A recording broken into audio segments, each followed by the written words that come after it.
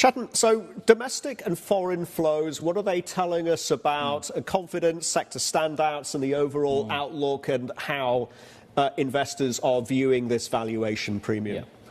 So the interesting, first of all, I do agree with my, with James. The interesting data point is that if you look at the positioning of global emerging market investors, people who have a mandate to invest in emerging markets, if you look at their positioning, and we look at this every month bottom up by literally going through their fund sheets, what the data suggests that investors are actually underweight on India. Now that underweight is not driven by the view that they don't like India. That underweight, in my view, is driven by two things. One is valuation discomfort, and when we speak to investors, and we've been speaking to investors for years now, at least in the last 2-3 years, the biggest pushback has been valuations. People say, hey, it's 21, 22 times, and things actually changed after COVID. So I think that's one issue. The other issue why investors are underweight is they have been positioned in areas which unfortunately have not done well.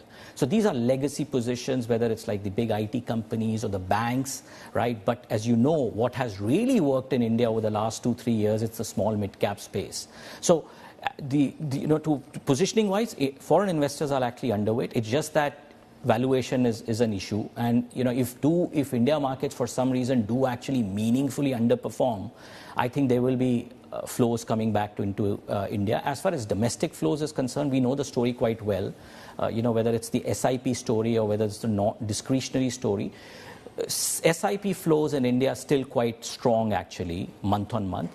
The discretionary part obviously turned, but overall India still gets around, let's say, $3 billion from retail investors, which is going to domestic mutual funds, and which are obviously, these investors are buying, or they have to buy India stocks. So I think the liquidity environment is quite also supportive for India, and actually that's also one very, very solid aspect of the India equity market, which is not there for some of the Southeast Asian markets here.